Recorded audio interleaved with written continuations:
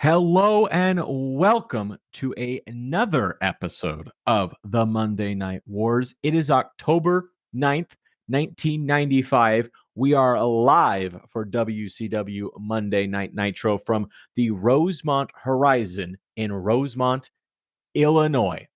With me tonight is Joseph Rojas. How you doing, Joseph? Scott, I'm good. And did you know that about 25% of our listeners are female or non-binary? There's only like 6 of them. I feel like that's a statistical anomaly. It doesn't matter how many there are, but the percentage of them, it's pretty high, man.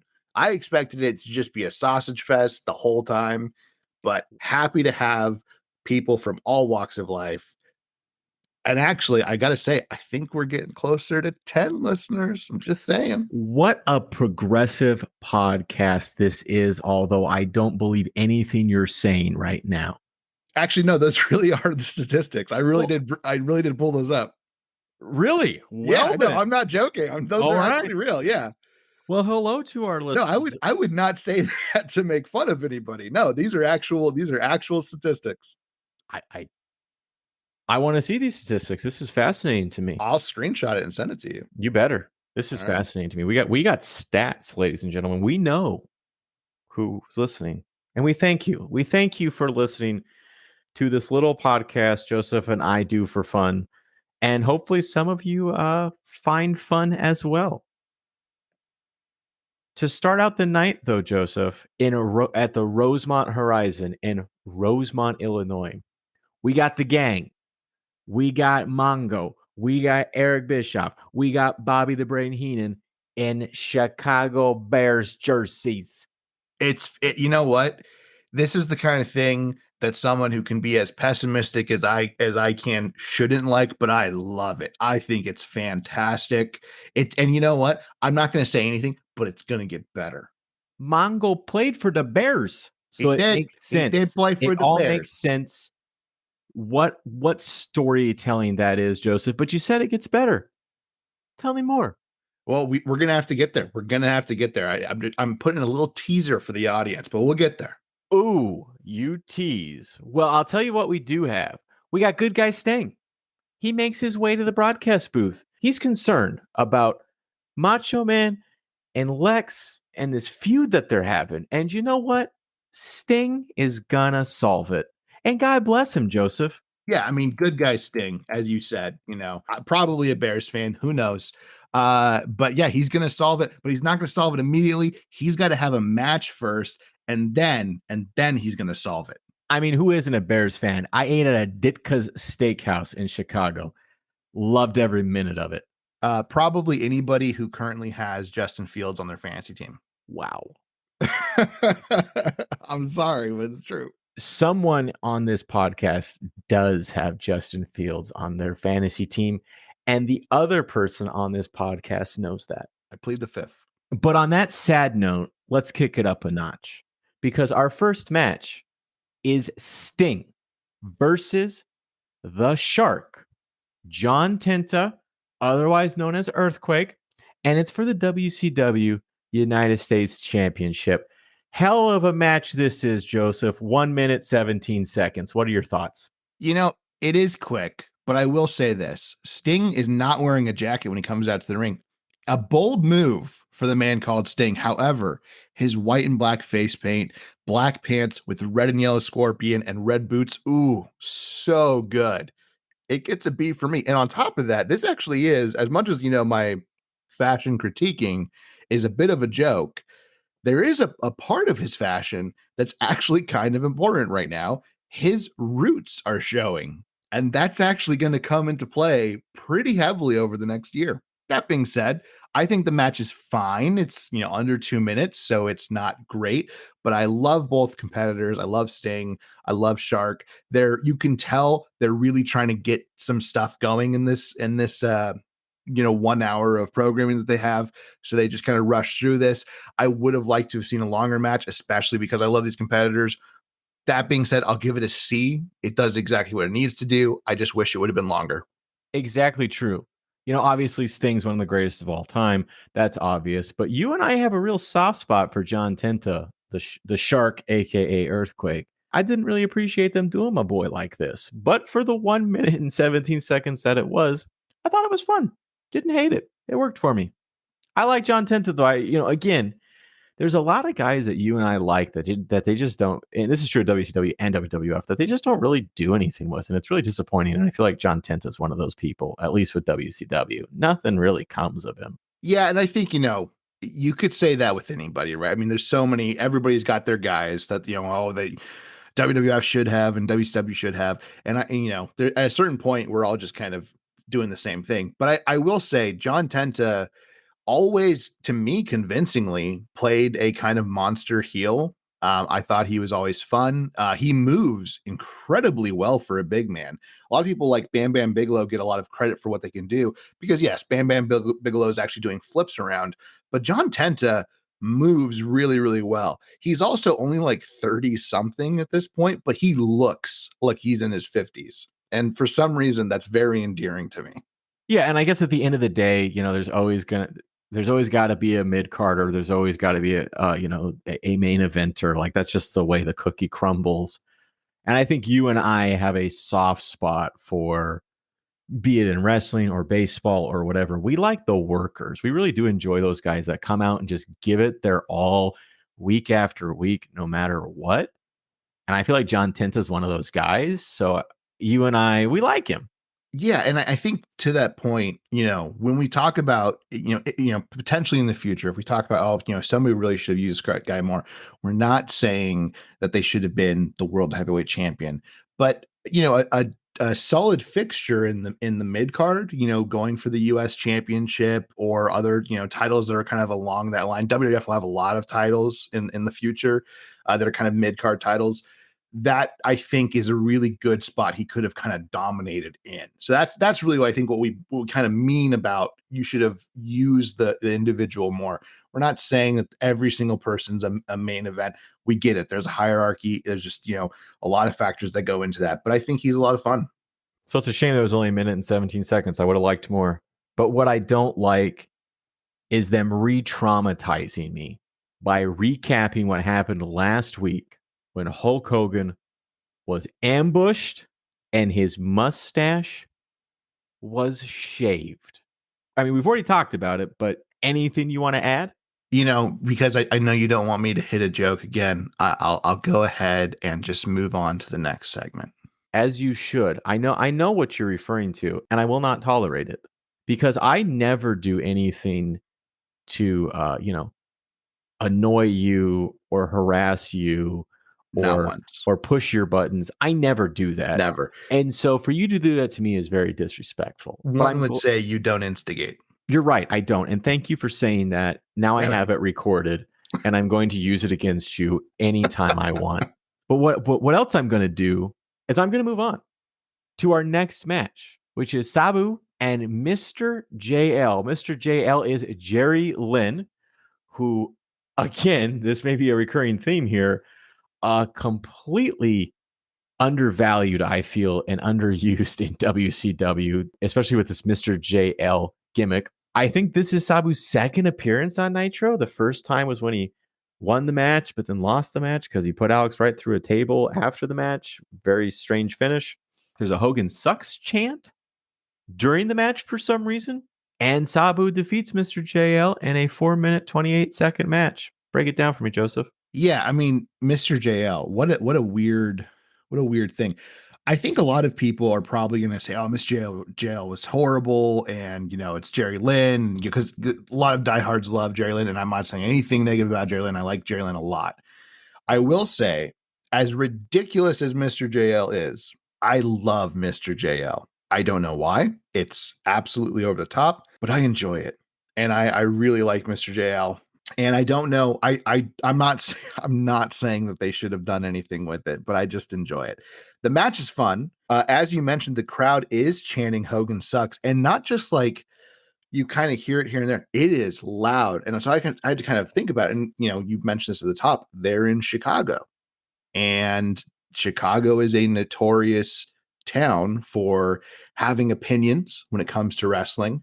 They are not only chanting "Hogan sucks," they're also chanting for Sabu, even though Sabu is a heel, but huge in ECW. Chicago is a quote unquote wrestling mark town, smart wrestling town. They usually know more than your average town, much like Philadelphia or even some places in like New York would. So they kind of know some of the things that, your average viewer wouldn't. So they're chanting Hogan sucks, which is really interesting because I wouldn't say he's losing the crowd. This is a very specific crowd, but you can kind of see the cracks starting to show. And they also very clearly know exactly who Sabu is. I think the match itself is fine. I give it a B. It's a short match, but they're packing a lot into this episode. I think it's fine. That being said, you can tell this crowd is ready for CM Punk.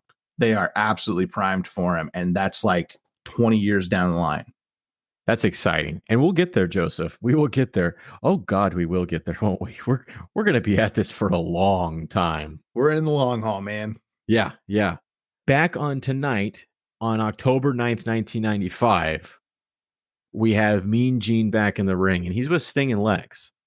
And as we mentioned earlier, Sting's going to solve this. He's going to solve this Macho Man Lex rivalry, this dispute they're having. Macho Man's paranoid. He doesn't like this. He thinks Sting's in on it too. He hasn't seen Sting get beaten up by Dungeon of Doom either. Seems kind of suspicious. But Sting has a, I guess, convoluted proposal for Halloween Havoc. Sting suggests that if Macho can beat Kamala, and if Luger beats Ming, then they fight each other. Macho Man's for it, because at this point, Macho Man just seems ready to fight just about anybody. Lex is hesitant, but Sting talks him into it, and we've got ourselves a match. Well, I guess we've got ourselves potentially 3 matches. What'd you think about this?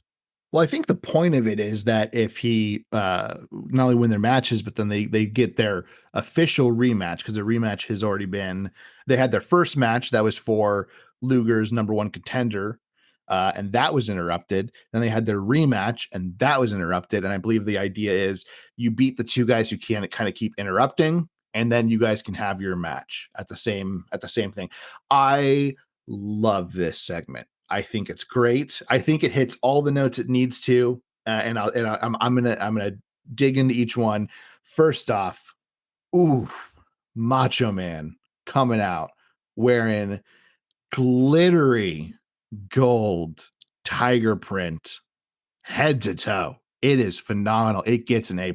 It is great. So we've got Sting wearing a banger outfit. We got Macho wearing a banger outfit, and Lex Luger's in the ring too. Lex Luger does really, we talked about this. I want to say it was like last week or the week before that. Lex does a really good job on the mic when other people are doing the heavy lifting. And I think this segment shows that. You can see Lex make mistakes. And you can see Sting and Macho cover for him just expertly and make it work and keep bringing it up. And Lex makes such bad mistakes in this. I'm saying such bad, but I mean, he just makes such, grand mistakes that it actually throws off Sting a little bit. And Sting has to kind of bounce back and be like, man, you're a disgrace. You don't want to have this match.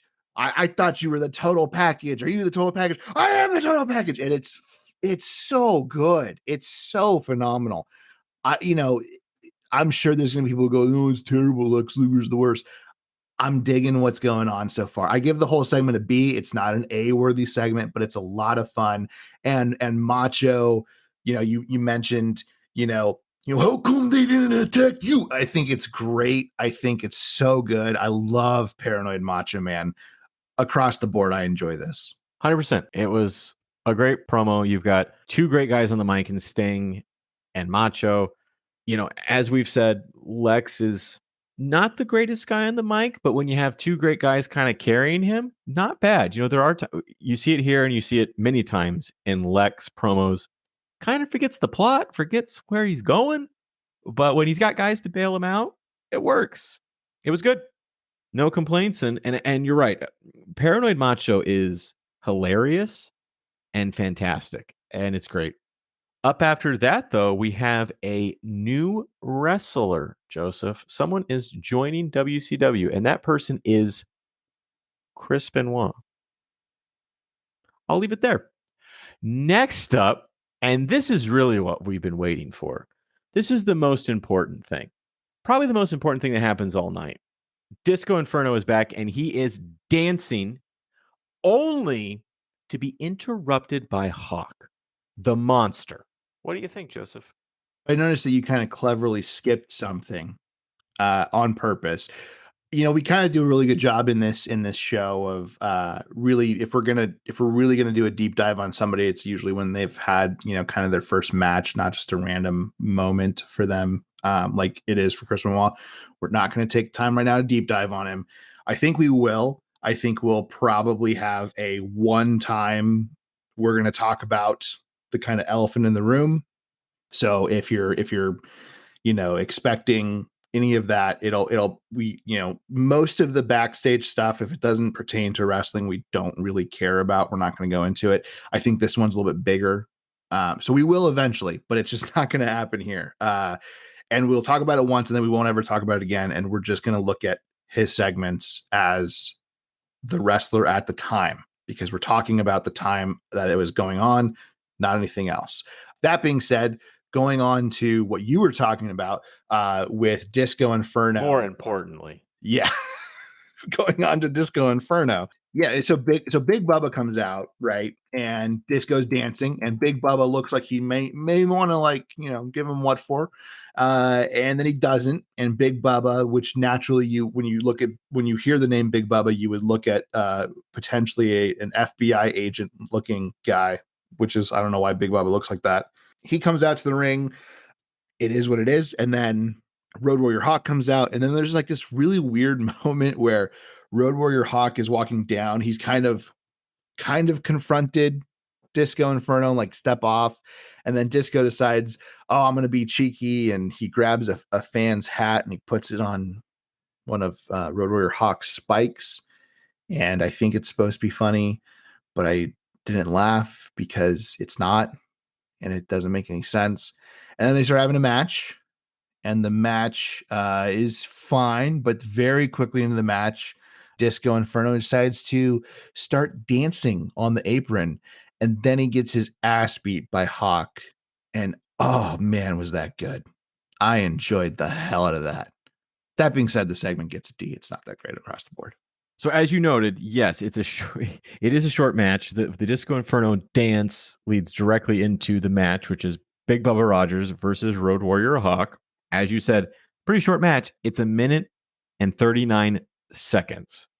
The match itself, I thought, was pretty good. These are two kind of brawler type guys who we've talked about how we enjoy a good brawl, and we were having it. But Disco Inferno had to interfere. He starts dancing on the apron. Hawk attacks Disco, chases him through the stadium, and gets counted out. That's it. That's the end. Anything more you want to say on that, or should we move on? Let's keep it going, man. All right, then. We are re-traumatized again when Mean Gene talks to a stashless Hulk Hogan. Of note, he is dressed in all black. He tells us that he's going to have to stoop to Dungeon's level if he wants to beat them. We get a Hulkamania history lesson, and he makes a dig at Vince McMahon. What'd you think of this promo? I didn't like it. I didn't think it was very good. It is interesting because this is October 9th in 1995, right? That's the date. And, you know, they're not quite a year, but really very close to a year ahead of this almost becoming one of Hogan's very iconic looks. But I don't think they realized that at the time. In fact, I'm pretty sure he wears some of this same stuff later on. But the whole point of it is like he's almost in mourning. He's almost gone to this dark side. And I guess it's not really mourning. It's more like he's gone to this dark side, this dark place that, you know, he has to get to. And I'm okay with that. To be fair, I'm okay with that. But it's going to get really bad very quickly. You're right. He does randomly attack Vince McMahon, just hits him with some jabs, just random lines at him, which is like, all right, it doesn't really have anything to do with this. I think at one point he says that the little Hulksters need to become redwoods, which I thought was hilarious. That made me laugh. And then, the Dungeon of Doom show up outside of the arena in a monster truck. And overall, I think it was an F. It just wasn't very entertaining. And I think Chicago might have had a good idea of what Hogan they were going to get in this particular night. As you've noted, I have liked every Hulk Hogan promo, or pretty much every Hulk Hogan promo up to this point. I did not like this promo. I didn't think it was very good. I mean, I get it. It's, Hogan's in a dark place right now. He's wearing all black. He doesn't know how he's gonna have to, he's gonna have to lie with the dogs if he wants to beat the dungeon. He just doesn't know any way to do it. And it's tough for him to do because he's just such a great guy.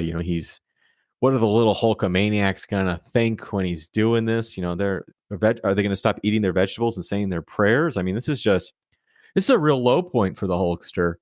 And I think we're supposed to feel bad about it. And I don't care. I enjoy Hulk Hogan because he's ridiculous. I don't really care about Hulkamania or Hulk Hogan as a character. I just enjoy Hulkamania because it is so absolutely absurd. And it's been so absurd up to this point. This one wasn't good. This was a low point for me. Wasn't great. But you know what is great, Joseph? What's that, Scott? Our next match. Thank you for asking. Because next up, we have Arn Anderson, Ric Flair, steel cage match. Flair and Anderson go at it. We've got a real slobber knocker here. Arn hits Ric Flair with a spine buster. I know you got feelings about that. We got a flying Brian interference attempt. It fails. Arn knocks Flair out with a foreign object. That's dirty, Arn. I thought you were a stand-up guy. Arn defeats Ric Flair in a 4-minute, 44-second match. What did you think of this? Well, at the beginning of the show, I teased that the Bears uniforms that the commentary team were wearing, that they were going to get better. And I delivered because Pepe McMichael is in a Bears uniform, complete with a helmet. And after at least 2 weeks of him just having some, to me, subpar outfits, he brings it back home. It's an A+. It is gorgeous. You know what else is gorgeous, Scott? Tell me, Joseph. I got to know. This match. This match is fantastic. This is an A across the board. Arn hits the greatest spine buster ever is Arn Anderson. I love a good spine buster. I love a good spine buster, and he hits it here, and it's fantastic. Like you said, Brian Pillman, who seems to be not such a nice guy these days, interferes. Kind of a loose cannon. A bit of a loose cannon, but we'll get there. And then he eventually throws in a foreign object. Arn hits Flair with foreign object, and Flair loses. And I love everything about this because it doesn't just end there. It would be a really good, fun match. I would probably put it in like the B category, like somewhere in there, maybe even high B, if it was just that. But when he loses and they hightail it out of the ring, Flair storms the commentary booth and just rips off Eric Bischoff's headset, and I think breaks it in the process of ripping it off, and it is just screaming that he's going to find a partner and that next week he's going to face Brian Pillman and Arn Anderson, and he is like irate, almost unintelligible, and it's so good. The whole segment gets an A for me. I love it. Absolutely correct. The match itself was great. Flair crashing the commentary table does break the headset, just screaming almost inaudibly. He's taken on Arn. He's taken on Pillman next week in a match. He doesn't even need a partner. He's doing it partner or no partner. That's how mad he is. He's going to take these guys on himself if he has to. And it was great. And this again, we had Arn Anderson, Ric Flair in a steel cage match Monday night. And next week, we're going to have a tag team, Arn, Pillman, Flair, ? Monday night. You never know what's going to happen on the WCW. You really don't. You don't. And after that, we're given the match card for next week. And we're out, Joseph. I will say, though, as we go out, there's another Hogan sucks chant. So there you go. Chicago has feelings about the Hulkster. They have feelings about everything. But meanwhile, in Grand Rapids, Michigan, we got some feelings too, because Raw is at the Grand Center in Grand Rapids, Michigan. And we start the night with Shawn Michaels making a difference, Joseph. He's talking with inner city kids. He wants them to stay in school. It's a beautiful thing. He What are gets your choked up. He does choked he up. does get choked up. They affect him in a way he never knew. Okay, I'm going to be real honest real quick. I don't know if he is, because of the Shawn Michaels we kind of know at this time as he's not a very nice person backstage. I don't know if he's making this up, but I love this segment because if he is making it up, he's doing a damn good job of pretending he actually gives a crap. And if he does give a crap, then good guy Shawn Michaels. He was there all the time. We just needed to get him off some of the vices he had at the time, and we would get to see him. But I actually loved this bit. I think it's great. It was a beautiful thing. A beautiful way to start the Columbus Day edition of Raw. And that's how you know. That's how you know. They're sparing no expense on the Columbus Day Monday Night Raw. And I say that jokingly, but it's kind of true because our first match of the night is Camp Cornette, Owen Hart, Yokozuna, and the British Bulldog versus Diesel, Shawn Michaels, and The Undertaker. You know, we make a lot of WCW having pay-per-view matches on Monday nights. I think we have one right here with that card. Of important note. Oh, go ahead. Yeah, I mean it's kind of almost like a Survivor Series match, right? Like their big whole, we're gonna have one team on this side and one team on this side. It's a really fun start. You're right. Well, we have Camp Cornette defeating Diesel, Shawn Michaels, and The Undertaker. It's an 11-minute, 46-second match. Of note is Dean Douglas taking notes. We have Mabel run in. He and Yokozuna beat up Undertaker. Dean Douglas attacks Shawn Michaels. The beating continues for Diesel via the British Bulldog. Our heroes are at a low point here, Joseph. These are some dark times. Yeah. So, first off, we guys have a talk about what Shawn Michaels is wearing. Now, technically, if you listen to our In Your House 3 podcast, which is available exclusively on our Patreon, $2 to subscribe, he's technically wearing the same outfit. So I gave it, I want to say an A+ in that episode. So, should I give it an A? I'm gonna, and here's why. Maybe this happened in your house, but the show wasn't the most amazing pay-per-view you could watch, so I didn't notice it. But Diesel is matching him here, and that gets it an A. That is fantastic. HBK and Owen Hart, their flipping arm drags are phenomenal. This is another one I talked about actually in that podcast is Bulldog's red and gold gear. He's wearing it again. Waylon Mercy watches. We did a deep dive about him on the In Your House podcast. He's just kind of standing there. I don't really know what's going on. I think he has a match with Diesel coming up. So that's kind of it. Which to be fair, if that's the case, that's fine. And then Shawn and Owen, they're making everyone around them look good. They are bumping for everybody. They're making every single person on the other side look great. And I think that's really good because, as much as, Shawn has some, kind of backstage drama going on, he makes his opponents look great. And Owen never really had backstage drama. It always makes his opponents look great. You and I are both very high on Owen. I believe both very high on Shawn Michaels. It's a fun match. This whole opening is really fun. And it's immediately just progressing probably every storyline they have going on right now. I think maybe the exception is, let me see, is Razor's probably the exception. Razor and 1-2-3 Kid, I think they're the only exceptions to this that as far as storylines that are going on. Every other storyline is at play here. And then Dean Douglas, who they announced, I think last week, Gorilla Monsoon announced is going to be at In Your House 4, going to be having a match for the IC Championship against Shawn Michaels. He interferes, which makes sense. It progresses his storyline because he's no longer really in a storyline with Razor Ramon, who's focusing on the 1-2-3 Kid after last week.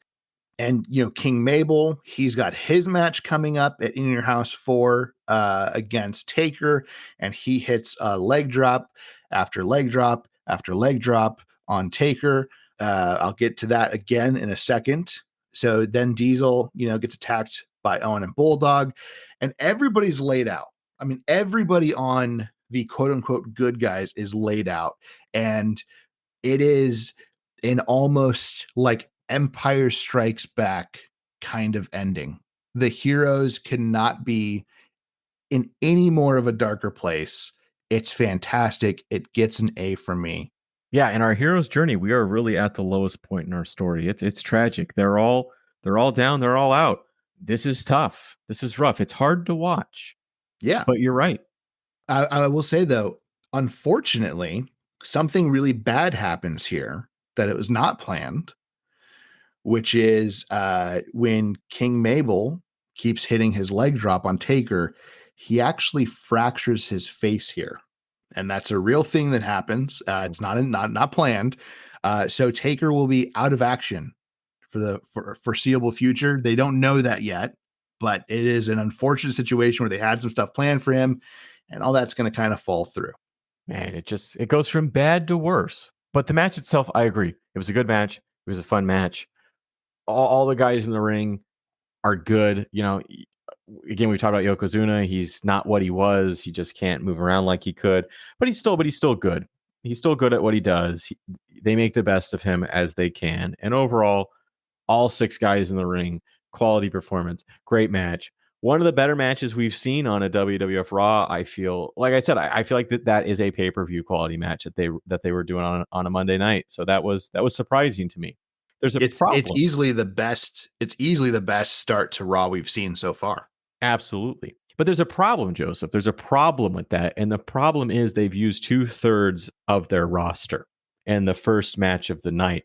So what are we That is a problem. So what are we going to do? Well, we're going to be forced to watch almost in its entirety Bret Hart versus Isaac Yankem from SummerSlam. And anyone who has listened to an episode of this podcast knows how I feel about not only Isaac Yankem, but the way they are. I absolutely loathe him. You love Isaac Yankem. Don't lie to the listeners. You're right. Our 10 listeners are going to be very upset at you for lying to them. This podcast is built on trust, Scott. Well, I mean, you're right, Joseph. I do have the L word for him, and it is loathe. It is loathe. And not only do I loathe the Isaac Yankem character and everything about it, which is a real shame because the individual who is playing Isaac Yankem is going to be destined for bigger and better things, and I can't wait for that because I do love that character. But the other important thing here is that I also don't like the way they are using Bret Hart, of which we've talked great lengths. And here they are doing this to me. How do you feel about this? So I had to look at this. This segment, if you're watching it on Peacock, starts, I believe, at 20 minutes and 2 seconds, and it ends at 30 minutes and 8 seconds. So it's over 10 minutes of this episode that started off the best Raw we've seen in the Monday Night Wars, to start at least. The best opening for Raw that we've seen in the Monday Night Wars. And then you just kill all that momentum with 10 of the worst minutes of the last year of your product replayed on your show.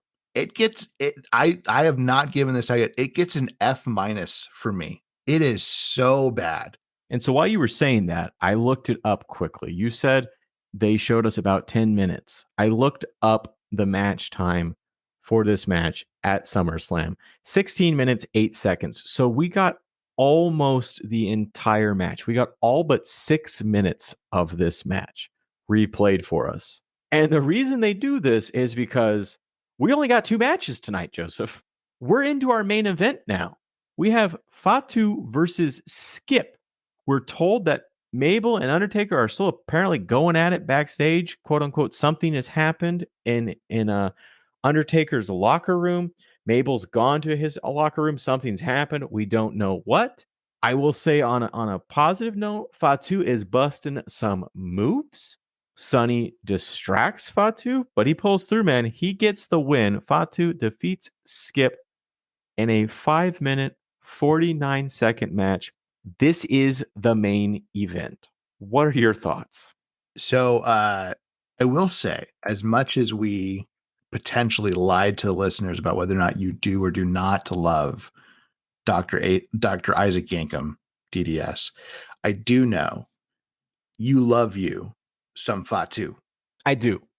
I do. And I do. I do. I do. And I think Fatu is fantastic. I cannot wait for what Fatu will one day become. But we're not there yet. You already see it though. You see flashes. You do. And his whole gimmick is that he is helping to do a positive, be a positive force in his community, specifically inner city communities, which is a very, very WWF thing to be doing at this time. This is not the first character they've done this with, which is actually really kind of funny. He was part of was it the Head Shrinkers? I believe it was another Samoan tag team. They're, before this, and this is kind of one of his new gimmicks. I love Fatu. You love Fatu. I think the match itself is fine.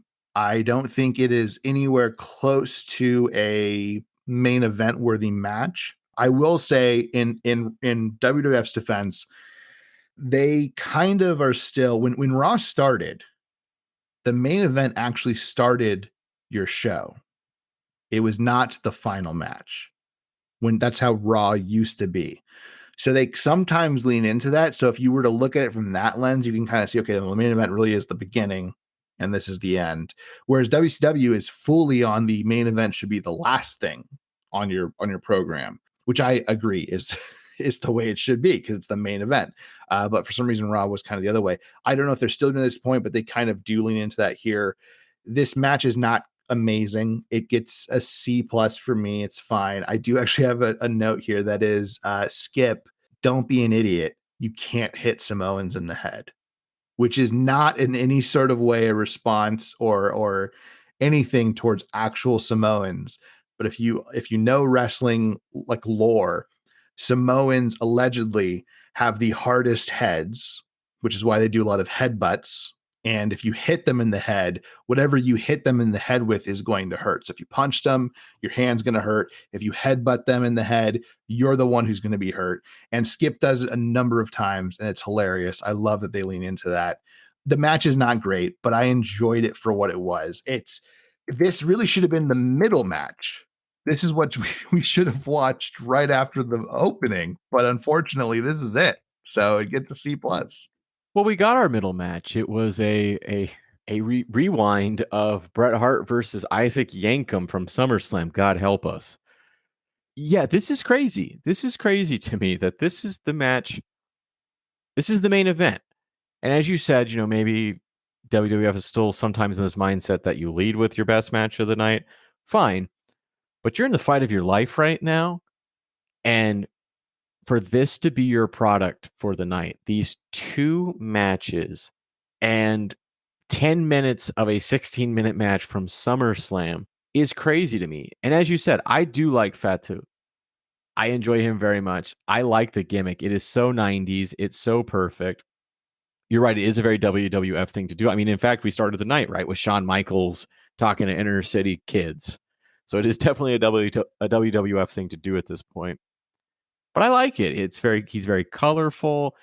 He's kind of jovial. He's dancing. It's fine. It doesn't bother me at all. Fatu's a good wrestler. You're right. They do the Samoan. I actually really enjoy the Samoan headbutt thing. It's this weird wrestling gimmick that Samoans' heads are very hard. And if you try to hit them in the head, it doesn't work. You're going to hurt yourself. It's the weirdest thing. I don't understand why it is, but it is a wrestling thing. You see it on WWF too. They do it with Ming on WCW. It's like just accepted in wrestling that Samoans have hard heads for some reason. I'm sure there's a story to it. I don't know what it is. It's something we should probably look up, but it's comedic. I enjoy it. It was fine. The match itself wasn't bad. It's just crazy that this is the main event because, like I said, I like Fatu. I like Skip. They're not your main event. They're mid carders. They're the middle match of the night, and it's it. We got 2 matches tonight. We're done. After that, though, we do go to Doc Hendricks to find out more about how Taker, Diesel, and Shawn Michaels are doing. But he tells us it's not a good time. The guys are in bad shape.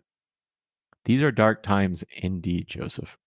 Yeah, I actually really like this. I like the just them kind of putting over how badly these guys are hurt. And again, I think the beginning of that of this episode is so good, and they're continuing that here.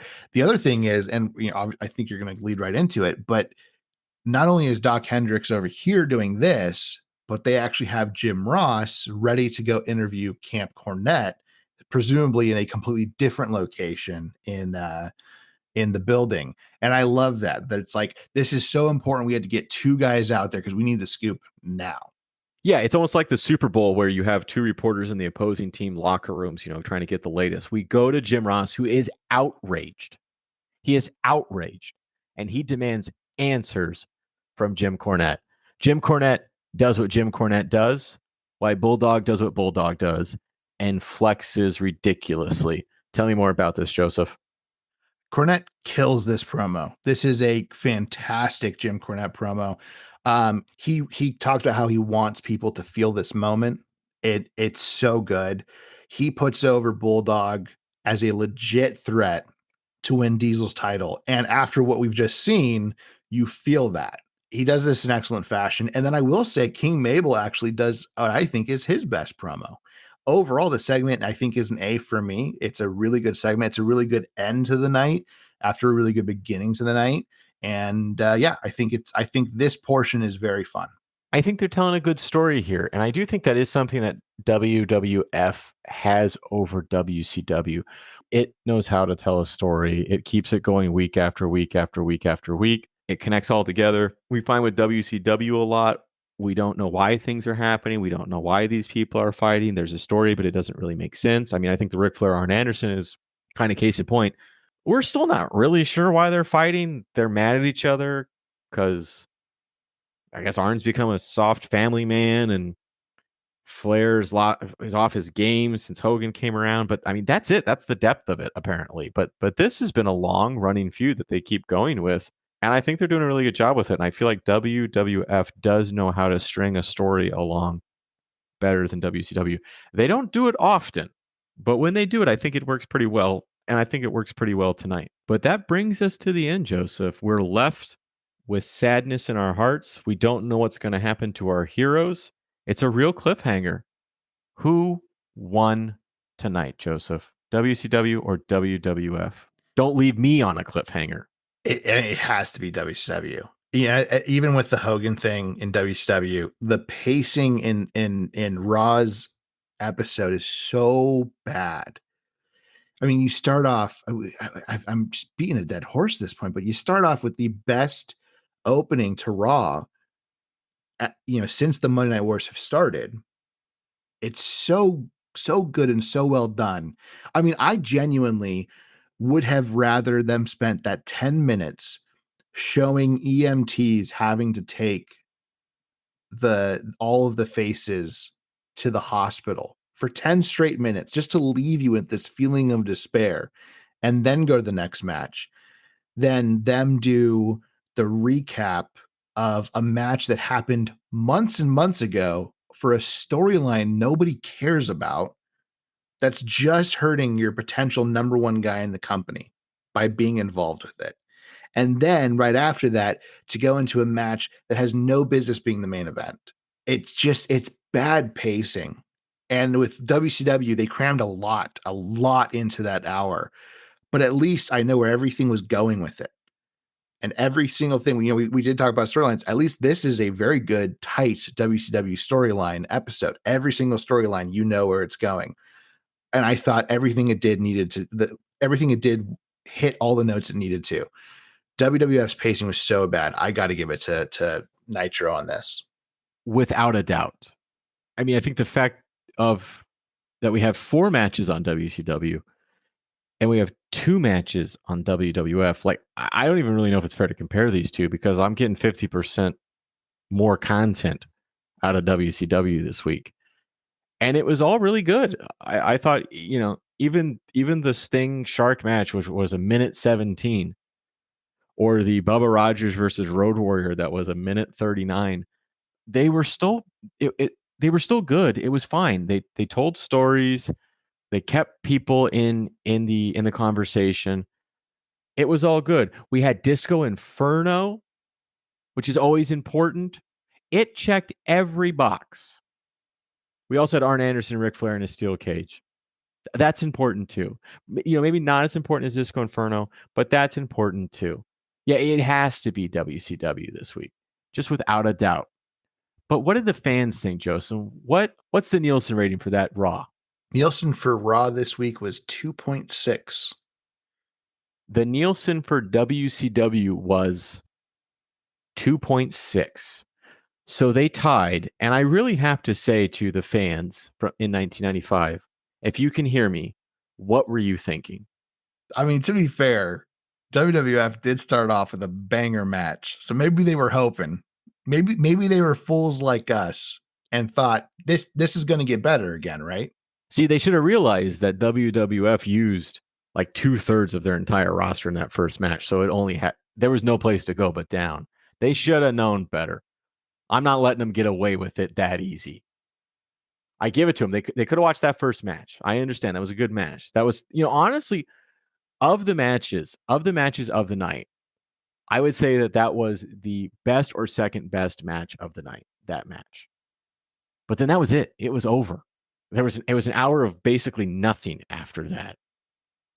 And I'm surprised that people didn't flip the channel and go to WCW. It is kind of shocking to me that after that match, after watching 6, 5, 6, 7, 8 minutes of Bret Hart versus Isaac Yankem replay from SummerSlam, how are you not flipping the channel to WCW? I honestly wonder if that's why it was tied, because that happened and they went, this is bad, and I'm changing stations. It'll be interesting to see what happens next week. It'll be interesting to see if this is a moment where WWF fans go, what is happening here? I need to look for greener pastures, because you're right, this was bad. I think honestly, up to this point, WWF is notoriously bad at this point. Everyone talks about how bad it is at this point. But I haven't felt like it was that bad. Yeah, I think WCW has won most nights so far, but they've been pretty comparable. I've thought that WWF has put on a fairly good product on Raw for the length of time that we've been watching. The pay-per-views are hit and miss. While I think up to this point, WCW's put on pretty good pay-per-views, WWF's pay-per-views are pretty hit and miss. But the product on Raw has been good. It's not great, but it's good. It's good enough. Yeah, I don't even know, man, because I think this week is just so bad. We're lying to ourselves that the last few Raws have been great. I mean, I've definitely given Raw some wins, but I think as an overall product, WCW is much better. And I think you if you're a fan at this time, how are you not going, I gotta move over? WWF went into the side of the mountain tonight. That's what they crashed into the side of the mountain. Whatever elevation they were getting previous nights, they hit the side of the mountain tonight, and everybody dead. It's over. It's the end. I'm being dramatic, but I'm really interested to see how they recover from this. And if you're interested to see how they recover from this, tune in next week when we'll tell you all about it. That's it from me, Joseph. You got anything more to say?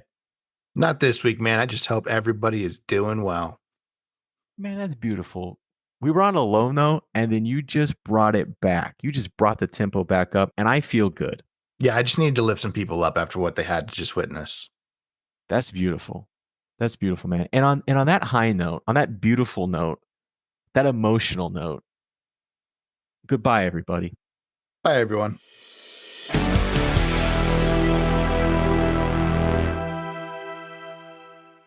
Hey everybody, it's Joseph. Did you like this podcast? Well, we hope that you did, and also that you join us every Monday for new episodes.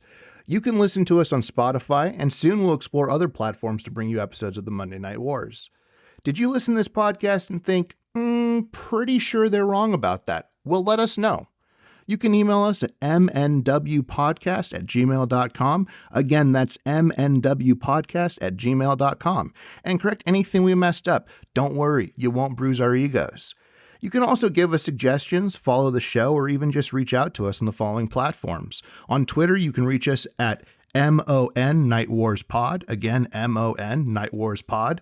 And on Instagram and Facebook, you can reach us at Monday Night Wars Podcast. And finally, if you feel like supporting this podcast and also getting bonus content, you can follow us on Patreon at Monday Night Wars Podcast. For the low price of $2 a month, you get every episode of the Monday Night Wars and also every breakdown of every WCW and WWF pay-per-view during this era, with more content to come. Again, and one last time, thank you so much for taking the time to tune in. We'll see you next Monday back here on the Monday Night Wars Podcast.